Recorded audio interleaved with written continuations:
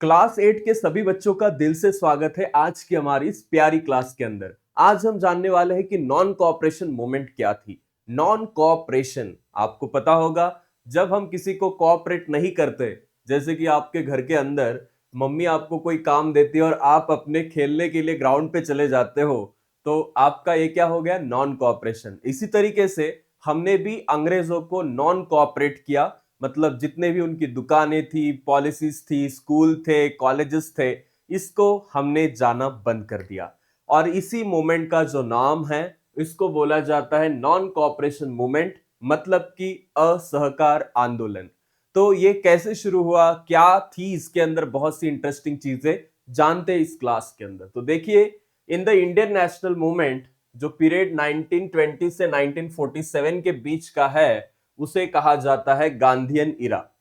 क्योंकि आपको पता है 1920 के अंदर लोकमान्य तिलक जी की डेथ हो गई थी और उसके बाद गांधी जी की एंट्री इस पूरे भारत के स्वतंत्रता आंदोलन के अंदर आ जाती है। तो 1920 से 1947 का जो समय है, तो उस समय को गांधीयन इरा बोलते हैं। After the death of Lokmanya Tilak in 1920, the reins of national movement went into the hands of Mahatma Gandhi.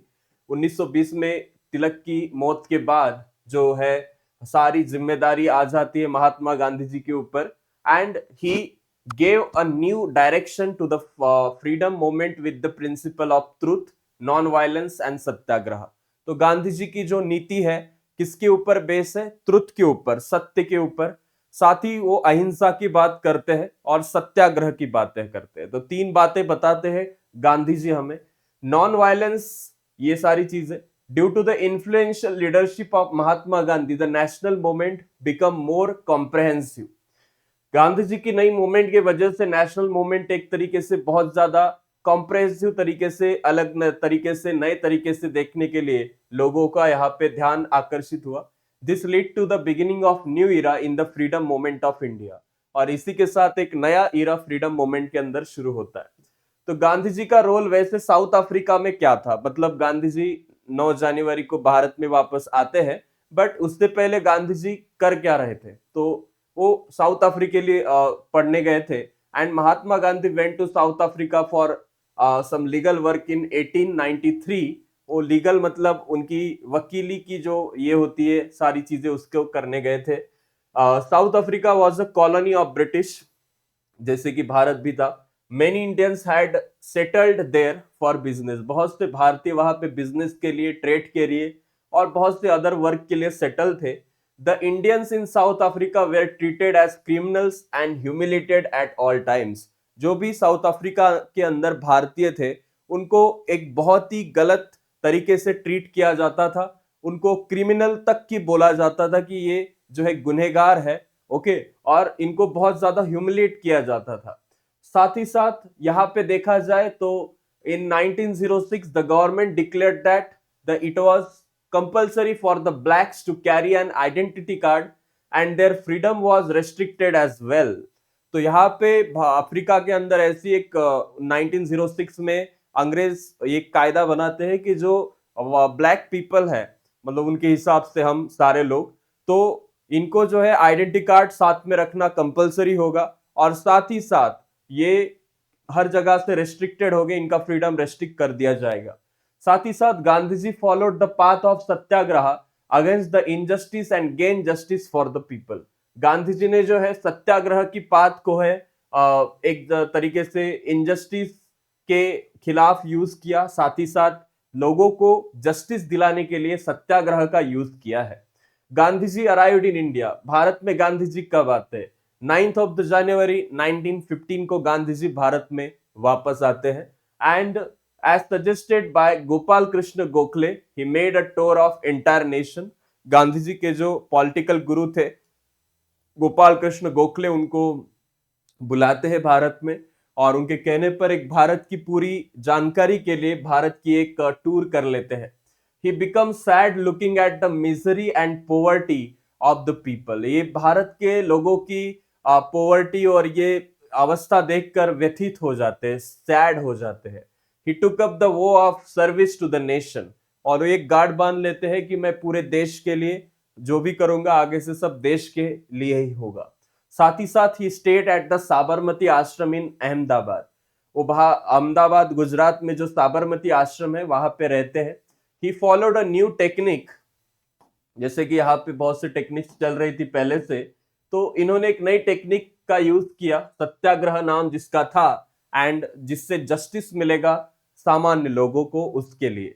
Philosophy of सत्याग्रह, सत्याग्रह की फिलोसॉफी क्या है? तो Gandhi ji bought novel technique of satyagraha in the popular moment.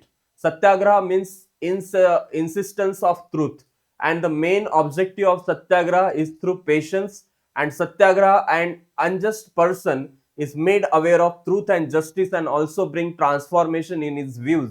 A person following satyagraha should never use violence and untruth means was the teaching of Gandhi ji.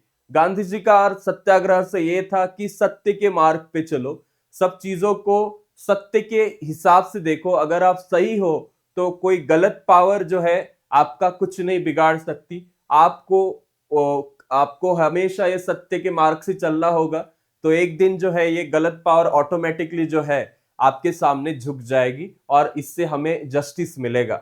और ये पूरी non violence से belong करती है।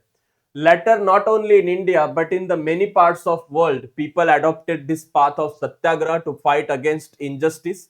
भारत में ही नहीं तो आगे चल के पूरी दुनिया में इस सत्याग्रह टेक्निक का यूज हुआ इनजस्टिस, अन्याय के खिलाफ। Gandhi ji path of satyagraha made an impact on Martin Luther King, who was struggling for the rights of blacks in America, as well as Nelson Mandela in South Africa. Gandhi ji का ही technique का use America में भी किया था Martin Luther king ने, साथ ही साथ साउथ अफ्रीका में लोगों को एक वी कैन से डेमोक्रेसी तक पहुंचाने के अंदर नेल्सन मंडेला ने भी जो है गांधी जी के इस सत्याग्रह टेक्निक का यूज किया था। साथ ही साथ चंपारण सत्याग्रह के बारे में अब हम जानते हैं। बिहार में एक गांव है चंपारण करके, यहाँ पे फार्मर जो थे उनको जबरदस्ती नील की खेती, इंडिगो फार्मिंग करने के लिए ये किया जाता था we can say, and that's why the cultivator suffered economically since they received fix amount for the planters. तो ये जो कल्टिवेटर्स थे इंडिगो फार्मिंग करने वाले, वो इकोनॉमिकली काफी ज्यादा सफर कर रहे थे इस चीज से। And Gandhi ji went to Champaran in 1917। Gandhi ji 1917 में चंपारण में आए। He organised the farmers in Champaran and launch agitation by following the way of satyagraha. तो गांधी जी जब वहां पे 17 में आते हैं, वो ऑर्गेनाइज करते सभी फार्मर्स को चंपारण के, और यहाँ पे एक सत्याग्रह मूवमेंट सबसे पहली शुरू कर देते हैं। साथ ही साथ गांधी जी फर्स्ट वॉर ऑफ इंडिपेंडेंस जो है इंडिया में एक सक्सेसफुल बन जाता है यहाँ से। The farmers were given justice, और ये जो किसान थे इनको यहाँ पे जस्टिस दिलाया जाता है। अब देखिए Kheda satyagraha, due to constant famine, famine मतलब अकाल, दुष्काल। तो यहाँ पे खेड़ा में क्या हुआ था, बहुत कांस्टेंट अकाल पड़ रहा था, एंड गुजरात के अंदर ये जो जगह है यहाँ पे क्रॉप हमेशा फेल होते थे क्योंकि पानी की समस्या होगी, and still land tax was forcibly collected by the government, but still लोगों से गवर्नमेंट जो है फोर्सफुली टैक्स तो ले ही रही थी। Gandhi ji suggested that the farmer should refuse to pay the tax. Gandhi ji suggest करते हैं कि फार्मर लोगों आप बिल्कुल भी टैक्स मत दो, ठीक है। एंड दैट्स व्हाई इन 1980 एक मोमेंट यहाँ पे भी शुरू हो जाती in the leadership of Gandhi ji, and within a short period government suspended the tax, और बहुत कम टाइम में जो है सस्पेंड करना पड़ता है गवर्नमेंट को ये टैक्स लेना। Workers movement at Ahmedabad, Ahmedabad में क्या होता है, during the first world war there was a great inflation, inflation मतलब महंगाई बहुत थी फर्स्ट वर्ल्ड वॉर के टाइम पे, and mill worker demanded for rise in salary.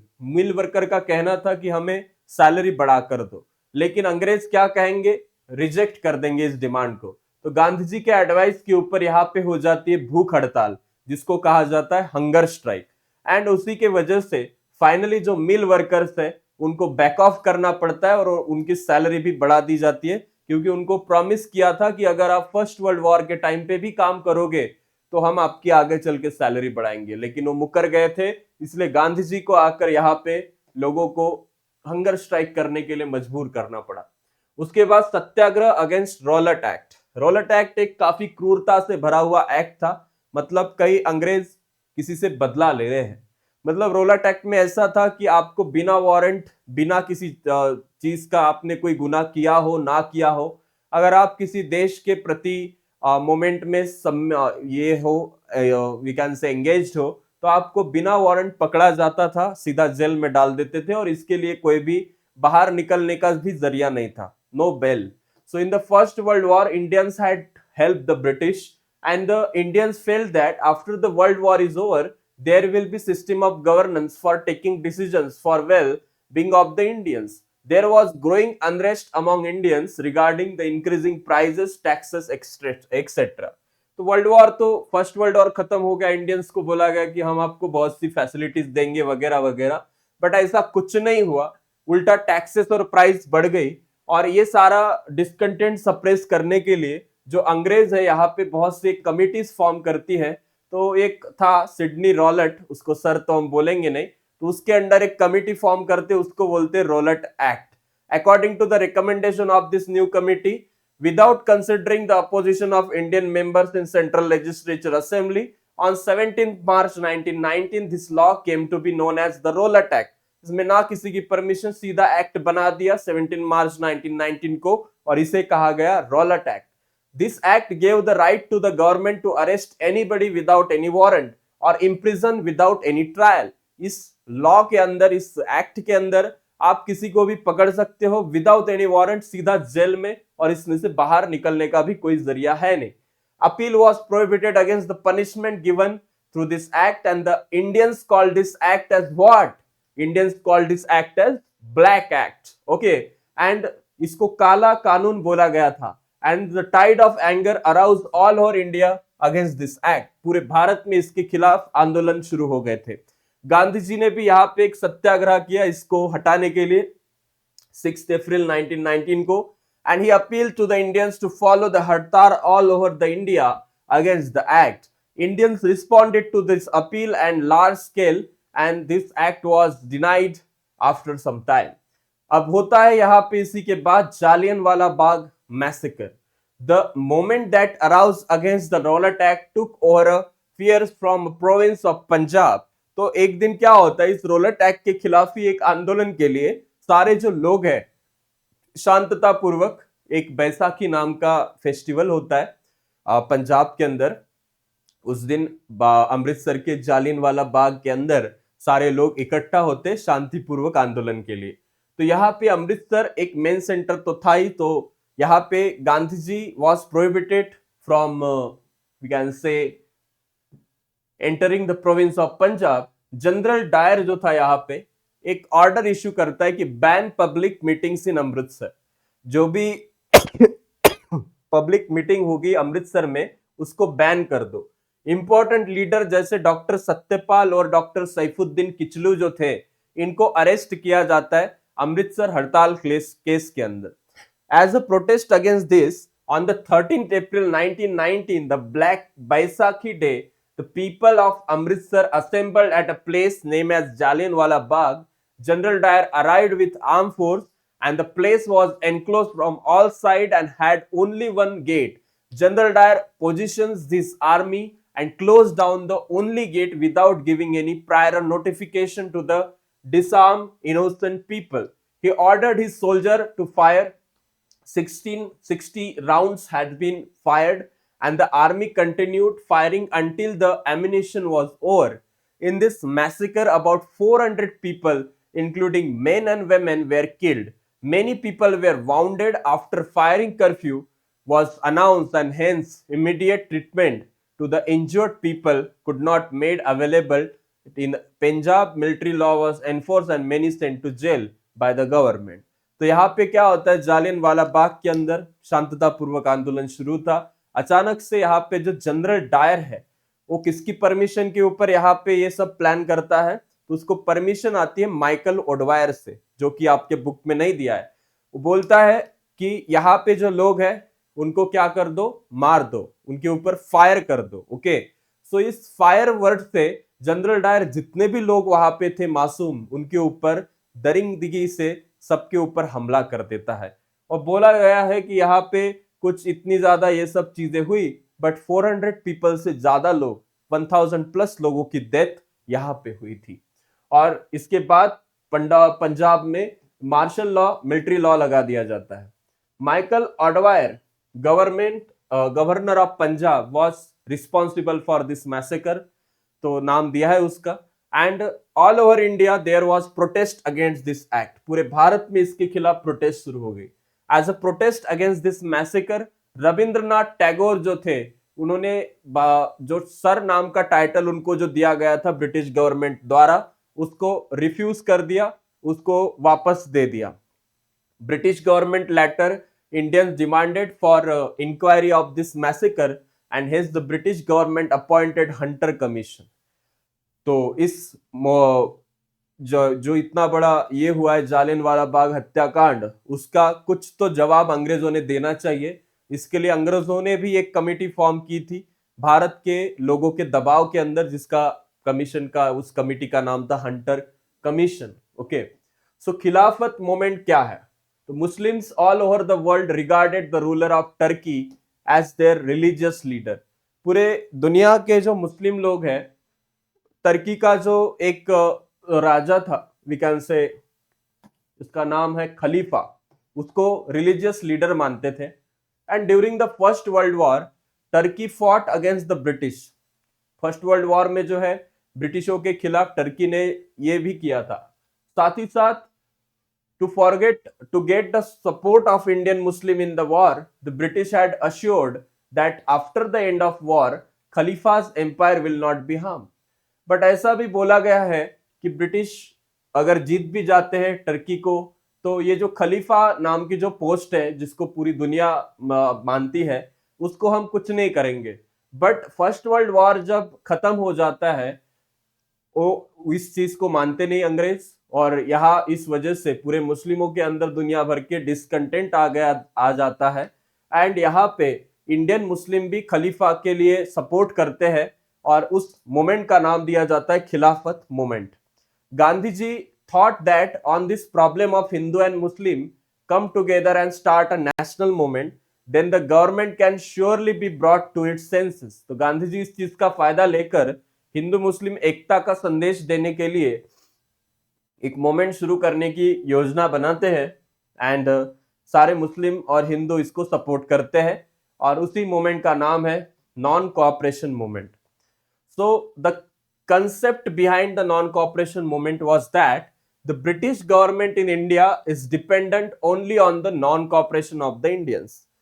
साथ ही साथ in the cooperation of Indians, मतलब भारत में जो सरकार चल रही है अंग्रेजों की, ये इसी वजह से चल रही है क्योंकि भारत के लोग उसे सपोर्ट कर रहे हैं।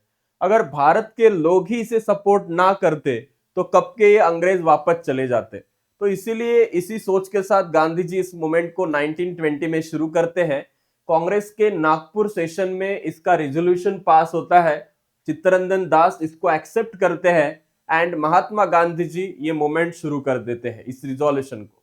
अब यहाँ पे क्या होता है, इस रिजोल्यूशन के अंदर प्रोग्राम ऐसा था कि गवर्नमेंट के ऑफिसेस ब्लॉक किए जाएंगे, बाइकआउट किए जाएंगे, कोई कोर्ट में नहीं जाएगा अंग्रेजों के, फॉरेन गुड्स को कोई एक्सेप्ट नहीं करेगा, अपने खादी के इंडियन कपड़े सब लोग यूज करेंगे, साथ ही साथ गवर्नमेंट स्कूल में कोई नहीं जाएगा, कॉलेज में कोई नहीं जाएगा। तो प्रोग्रेस कैसे हुई नॉन कोऑपरेशन मूवमेंट की? On the background of the non cooperation movement many eminent lawyer जैसे कि मोतीलाल नेहरू थे, उसके अंदर चित्तरंजन दास थे, इन्होंने उनकी जो कोर्ट की जो डिग्री प्रैक्टिस है वो गिव अप कर दी। उनसे देख के बाकी लोगों ने भी कोर्ट की नौकरियां छोड़ दी। During this period with the boycott of school and college, the scheme of national education was ruined.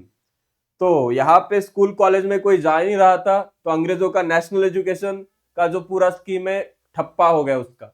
Many national school, college and universities were established. भारतीय लोगों ने अपने स्कूल, अपने कॉलेजेस, ये सारी चीजें शुरू करना शुरू किया, स्वदेशी।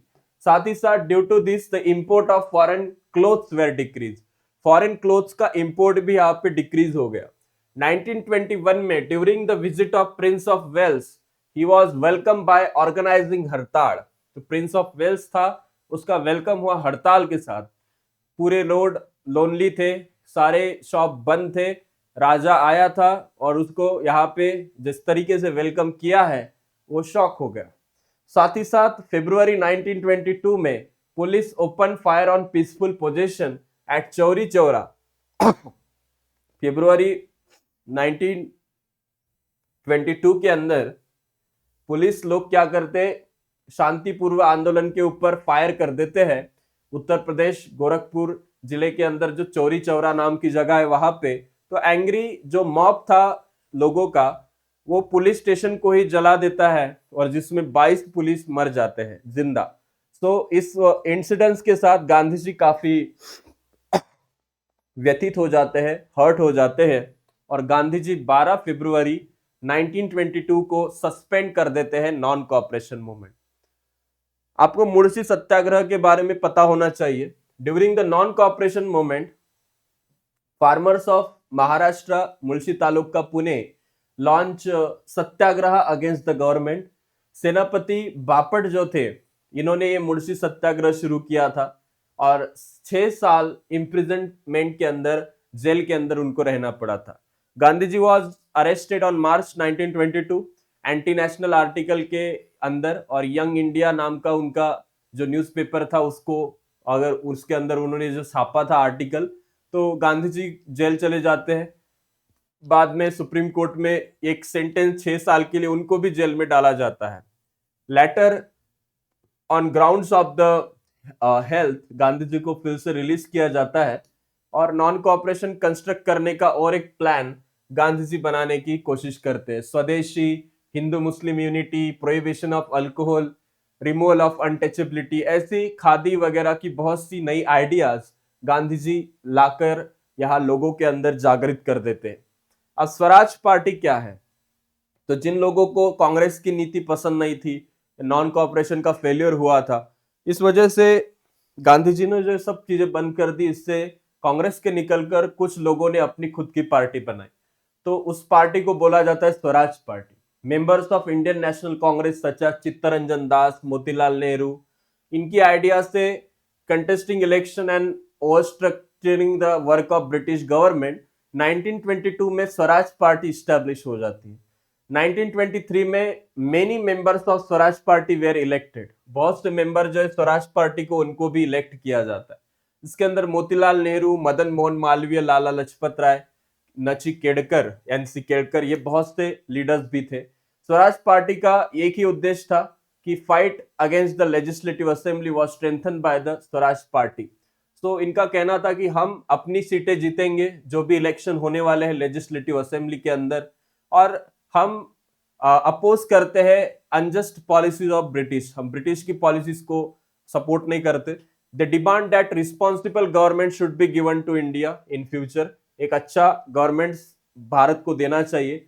इसके लिए रिजोल्यूशन पास होगा तो उसके अंदर हमारे लीडर जो है खड़े होंगे इलेक्शन में। और राउंड टेबल कॉन्फ्रेंस, ऐसी जो चीजें हैं, the government rejected most of the resolutions given by Swaraj party. Simon commission, the reforms introduced by Montagu-Chelmsford Act of 1919 were unsatisfactory। ये जो लॉ आया था, हमने लास्ट चैप्टर में भी देखा है कि मॉन्टेग्यू चेम्सफर्ड नाम का जो एक्ट आया था 1919 में, इससे पूरा भारत देश और पूरा कांग्रेस वगैरह सब अनसेटिस्फाइड थे, and hence there was discontent among the British appointment of commission under the chairmanship of John Simon. तो एक अंग्रेज कमीशन बनाते हैं जिस कमीशन का चेयरमैन होता है साइमन, और इसी वजह से इसको साइमन कमीशन बोला जाता है।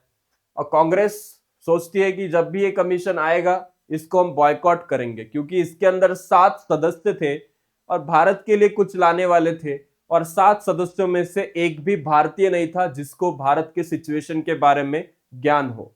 तो कांग्रेस इसको बॉयकॉट करती है। 1928 में कमीशन आता है भारत में, डेमोन्स्ट्रेशन, सारे लोग उसके खिलाफ आंदोलन करते हैं। इसके अंदर सभी लोग नारा देते हैं साइमन गो बैक का। तो आप यहाँ पे देख सकते हो, शाउट करते हैं साइमन गो बैक।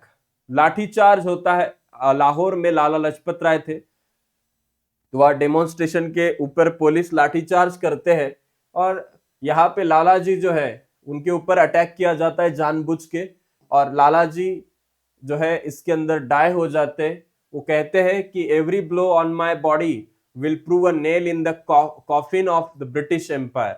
एक एक जो छड़ी मेरे ऊपर लगी है इससे अंग्रेजों की कॉफिन बनेगी। मतलब कॉफिन क्या होती है, जो ये होती है ना जिसके अंदर हम लोगों को दफना देते हैं, ओके, तो ऐसी चीजें बनेगी। तो नेहरू रिपोर्ट क्या है? बर्केनहेड नाम का एक सेक्रेटरी था इंडियन स्टेट ऑफ इंडिया का, वो क्रिटिसाइज करता है इंडियन लीडर्स को can not drop unanimously accepted constitution. The challenge was accepted and all party committee was formed. Pandit Motilal Nehru was the chairman of this committee. So इस committee का नाम Nehru report था क्योंकि उसके जो चेयरमैन थे वो मोतीलाल नेहरू थे। उनका भी यही करना था कि we should make a constitution for India and इसके लिए हमें पूरे भारत के लिए एक अच्छा कॉन्स्टिट्यूशन चाहिए। तो यहाँ कॉन्स्टिट्यूशन बनने की जो नींव है इसी से शुरू होती है नेहरू रिपोर्ट से। टू इस्टेब्लिश सेल्फ गवर्नमेंट, स्वदेश स्वराज्य बनाने के लिए हमें ऐसा एक चीजें चाहिए। We want implement adult franchise system, मतलब सबको यहाँ पे जो एडल्ट है उनको वोट देने की ये होनी चाहिए सुविधा। लिंग्विस्टिक डिवीजन होना चाहिए प्रोविंसेस के अंदर। सबको इस रिपोर्ट के अंदर जो है मिलेगा right to vote and provinces में इलेक्शंस वगैरह होंगे। By the 1929 indication was given that if the Nehru report is not accepted by the government, civil disobedience नाम की एक मोमेंट शुरू हो जाएगी। एंड ऑन दिस बैकग्राउंड दिसंबर 1929 में लाहौर सेशन जो होता है जहां के अध्यक्ष होते हैं पंडित जवाहरलाल नेहरू, वहां पे मेमोरेबल हिस्ट्री में यहाँ पे इस नई मूवमेंट को शुरू किया जाता है। तो यहाँ पे पंडित जवाहरलाल नेहरू डिमांड करते हैं पूर्ण स्वराज की, मतलब हमें अभी आधा स्वराज नहीं चाहिए, अभी हमें पूर्ण स्वराज चाहिए। The objective of Indian National Congress of domination status was not acceptable. ये डोमिनियन स्टेटस हमें नहीं चाहिए। डोमिनियन स्टेटस ऐसा था कि जिसके अंदर आर्मी, इकोनॉमी वगैरह सारी ब्रिटिश देखेगी, बस हमें नाम के लिए ऐसा कुछ स्वराज देने वाले थे। यंग लीडर जैसे कि पंडित नेहरू, सुभाष चंद्र बोस वे are demanding complete independence. Complete means पूर्ण स्वराज चाहिए जिसके अंदर सुभाष चंद्र बोस और पंडित नेहरू जी का नाम आता है। और बहुत से इन्फ्लुएंस लोग यहाँ पे हमें इसका ऑब्जेक्टिव के अंदर देखते हैं। 31 दिसंबर 1929 को यहाँ पे Pandit Nehru unfurled the tricolour flag, Bharat के लिए पहला एक ट्राई कलर फ्लैग बनाते हैं। 26 जनवरी को डिक्लेयर कर देते हैं independence day. And on this day पूरी कंट्री के अंदर और वहां पे रावी नदी के ऊपर शपथ भी लेते हैं कि carrying out the freedom movement with the non violent means for attainment of the independence of India. Everywhere in the country the atmosphere was charge with the new spirit. तो ये जो पूर्ण स्वराज और ये जो चीज उस दिन को होती है, इससे पूरे भारत के लोगों को चार्ज किया जाता है कि हम आजादी लेकर रहेंगे। तो यहाँ पे कुछ क्वेश्चन है जैसे कि Gandhi ji began his career from the country of, तो आपको आना चाहिए, एग्जाम में आएगा तो इसका आंसर क्या करेंगे, South Africa. The farmer started the no tax movement in the district of, तो नो टैक्स मूवमेंट कहां पे शुरू हुआ था? अमरावती में, सोलापुर में, गोरखपुर में या खेड़ा में? चलिए बताइए, अभी अभी हमने देखा है, कमेंट बॉक्स में इसका आंसर आना चाहिए। जब जालियनवाला बाग मैसेकर हुआ था तब Rabindranath Tagore return the title of कौन सा सर नाम का टाइटल उन्होंने वापस कर दिया था अंग्रेजों को। और बाकी ये छोटे छोटे सवाल जो आपको बिल्कुल यहाँ पे क्वेश्चन जब आप लिखेंगे इसके आंसर्स तो बुक में इसके आंसर दिए गए हैं, तो ये एक्सरसाइज आपको अच्छे से सॉल्व करती आनी चाहिए। तो थैंक यू सो मच, मिलते हैं अगली क्लास के अंदर। आपको ये क्लास कैसा लगा, इसके ऊपर आपके क्या सवाल है, कमेंट बॉक्स में जरूर डालें और चैनल को लाइक और सब्सक्राइब करना ना भूलें। धन्यवाद।